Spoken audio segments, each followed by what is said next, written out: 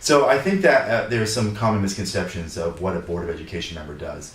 I think that it's important to recognize that as a Board of Education member, you're responsible for making sure the schools are run well, not for running the schools. So it's certainly some of the important things we do are hiring the administrative team, putting them in place.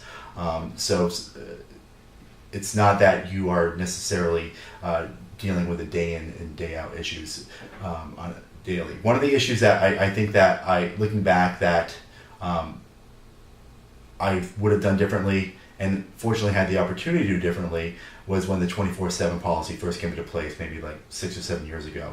The Board of Education instituted that, and I voted yes for it at the time.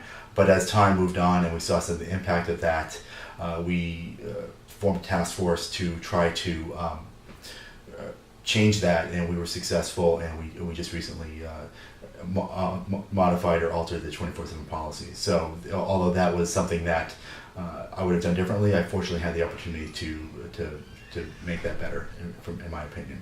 Now, for something that I'm proud of, in that the first referendum that we did about 7 years ago, I was on the Buildings and Grounds Committee, and I've been on that committee almost every year since. And I was just really proud to work with the community and help to shepherd that through the process, from developing plans, reviewing that with community, putting it out to vote, and then seeing it successfully approved. And then the next phase actually going into the actual construction, and watching the end of the project coming in on time, coming in under budget, and seeing the impact that it made across the district and all the schools. That being said, we're now looking at doing another referendum, and I hope that I'm going to be here to not only shepherd it to the referendum voting point, which we're getting close to, but also see it through its completion. Again, being on the Finance Committee with the strategic planning, we are very involved in talking about where we want to head, what we want to do. In regards to making decisions, I guess my big decision was to run for the board. I have 2 kids in the school system. I have one in Forest Avenue, one in HB, and I really felt that I wanted to have a say.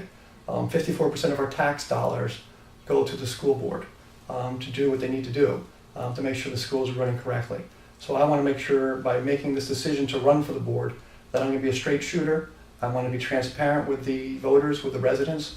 I want to make sure that we have a good school system so our property values remain high. To me, it's very critical. Even if you don't have any kids in school, if you do not take care of the schools, do not think about that football field. People drive by that. So they want to move into town where you have a football field, where you have decaying buildings, where you have maybe a school system that is good, but it could be better. And I think that's key to keeping everybody happy and moving into this town and keeping our property values up for everybody. Being on the Board of Ed is a huge responsibility. We are responsible for the lives of thousands of children. We are held accountable by the community, who are relying on us to do not just a good job, but a great job, an outstanding job of what we do, right? To set sound policy for our schools, and to set a tone and culture that every student, every parent, every teacher, and every administrator would want to be a part of and strive to. On the Board of Ed, we make a lot of decisions around how do we bring the best out of others.